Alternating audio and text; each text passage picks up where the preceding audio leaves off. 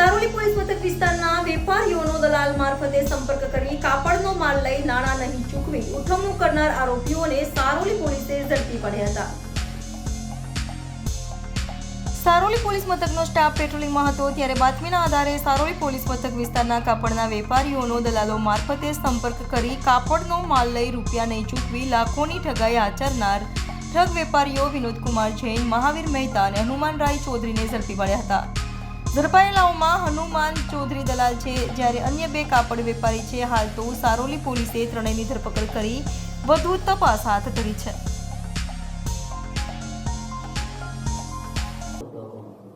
સુરત શહેરના સારોલી પોલીસ સ્ટેશનમાં કાપડનું મોટું માર્કેટ આવેલું છે, તો એમાં ઘણા બધા ટેક્સટાઇલના વેપારીઓ કામ કરે છે, દલાલો પણ કામ કરે છે। તો માન્ય સીપી સાહેબની સૂચના અને સેક્ટર સાહેબનું માર્ગદર્શનથી અમારા સારોલી પીઆઈએ માર્કેટમાં સર્વે કર્યો। એમને એવી રજૂઆતો મળી કે અહીંયા કેટલાક માણસો છે જે અહીં દલાલ તરીકે અને વેપારી તરીકે દુકાન લીધી છે અને પછી ઉઠમણું કરી અને દુકાન બંધ કરીને ભાગી જવાની ફિરાકમાં છે।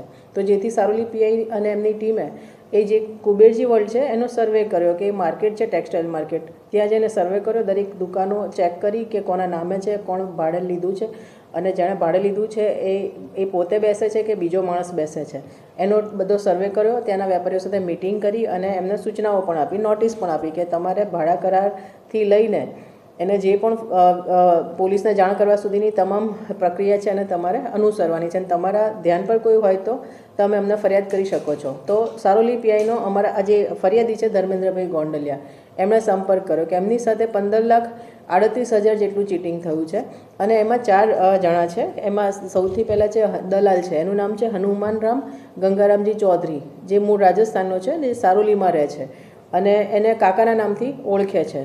બીજો જે વેપારી છે તો એ દલાલે એને જુલાઈ મહિનામાં મળ્યો અને એવી વાત કરી કે તમે મારી સાથે વેપાર કરશો તો હું તમને બહુ મોટી કમાણી કરાવીશ અને શરૂઆત અને પછી આ જે દલાલ હનુમાન રામ છે એણે કનક ક્રિએશન કરીને વિનોદકુમાર જૈન છે એની ઓળખાણ કરાવડાવી કે તમે આ ભાઈને માલ આપો। તો આ જે અમારો ફરિયાદી છે ધર્મેન્દ્રભાઈ ગોંડલિયાએ એણે વેપારીને પહેલાં 1,95,000નો માલ આપ્યો।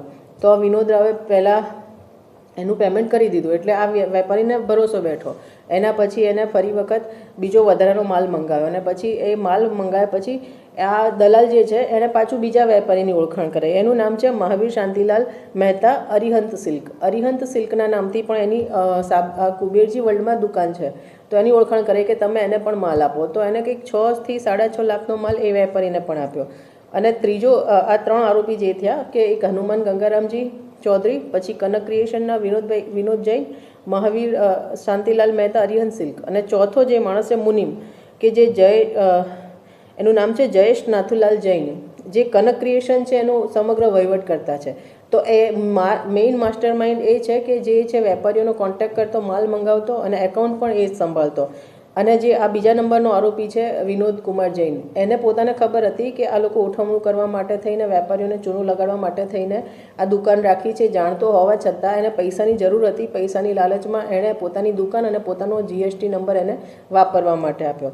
તો જુલાઈ મહિનાથી લઈને હમણાં 2જી તારીખ સુધીમાં આ જે લેવડ દેવડ થઈ એના પછી ફરિયાદ આવી, ફરિયાદ દાખલ કરી અને હજી પણ આગળ તપાસ ચાલુ છે કે બીજા કેટલા વેપારીઓ સાથે આવું ચીટિંગ કર્યું છે। અને બીજું પીઆઈને બાતમી પણ મળી, એ ગયા ત્યારે એમને ખબર પણ પડી કે આ લોકો આ મહિનામાં દુકાન બંધ કરી દેવાના છે, 16 તારીખના રોજ દુકાન બંધ કરીને જતા રહેવાના હતા, પણ એડવાન્સમાં જ આપણને માહિતી મળી ગઈ, જેથી કરીને ગુનો દાખલ કર્યો છે અને આરોપી પણ લઈ આવ્યા છે। અને એ સિવાય તપાસ ચાલુ છે, તપાસમાં બીજા પણ જે નામ ખુલે એ લોકોને પણ અટક કરવાના છે।